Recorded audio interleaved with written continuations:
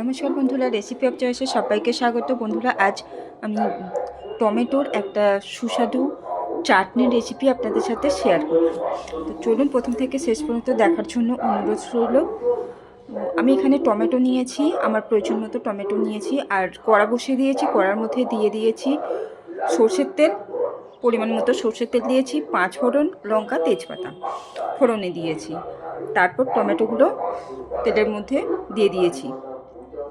তো এবার আমি এভাবে নাড়াচাড়া করে নেব। আর এদিকে একটা মশলা তৈরি করে নিয়েছি আদা, জিরে, অল্প লঙ্কা গুঁড়ো আর হলুদ গুঁড়ো। আর এই মশলাগুলো কিন্তু এই টমেটোর সাথে ভাজা করে নিতে হবে। টমেটো থেকে অতিরিক্ত জল বেরিয়ে আসবে, তো সেই জন্য কিন্তু এখানে জলের ব্যবহার একেবারেই করব না। জল ছাড়াই আজকের চাটনির রেসিপিটা তৈরি করব। টমেটো চাটনিতে জল বিশেষ লাগে না, এমনিতেই জল লাগে না। তো এইভাবে ভালোভাবে এটাকে নাড়াচাড়া করে ভালো করে এটা ভাজাও হবে, আবার টমেটোগুলো নরমও হয়ে যাবে। তো এটা কিন্তু আঁচটা ফুল স্পিডে রাখতে হবে, হাই ফ্লেমে রেখে রান্নাটা করতে হবে। তো এইভাবে নাড়াচাড়া করতে করতে আমি দিয়ে দিলাম স্বাদ মতো লবণ। আর চাটনির জন্য আমি এখানে নিয়েছি আখের গুড়। আপনারা চাইলে ভেলি গুড় বা চিনি ব্যবহার করতে পারেন। আর এখানে কিন্তু বিশেষ এক মশলা আমি এখানে ব্যবহার করব, সেটা আমি পরে বলে দেব কি দেব।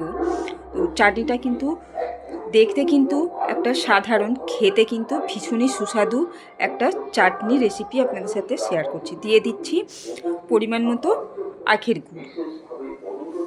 আখের গুড়টা দিয়েও কিন্তু ভালো করে এটাকে টমেটোর সাথে মিশিয়ে নিতে হবে। আখের গুড় কিন্তু এটা গুড়ে জল হয়ে যায়, এটা সবাই জানে। এটা এইভাবে নাড়াচাড়া করতে হবে, অনবরত নাড়াচাড়া করতে হবে, তো না হলে তো ধরে যাবে।